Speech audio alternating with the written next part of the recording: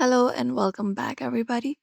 If you want to determine if you have been blocked on Telegram, in today's video, we are going to go ahead and look out how to do so. So you can just go ahead and follow up this process. Open up Telegram first of all and go ahead and access your account. Look out for the chats. So the number one thing you can do is you can look out for profile picture. So when you head over to any of the chat and when you go over to their profile, if you do not see the contact's profile picture, only a default gray icon, that may indicate that the person has blocked you.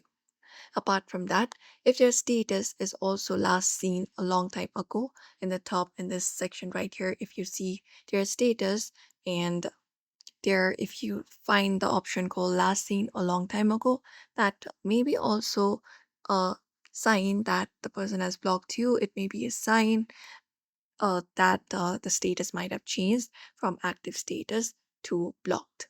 And that is it. And if you are in a chat, you can just go ahead and send a message. And when you send a message, you can see only one check mark. Your messages will only show one gray check mark, indicating that they have not been received by the person. And you can also try calling them. Look out for the call option in the top right corner of the screen.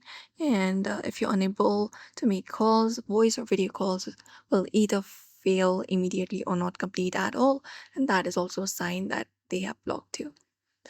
And there are different signs that can indicate, but a single indication is not definitive. For example, if a person could also delete their profile picture or become inactivate, which could make their profile seem to disappear or show such kind of signs. You can try out those things and consider and see if someone has blocked you on Telegram or not.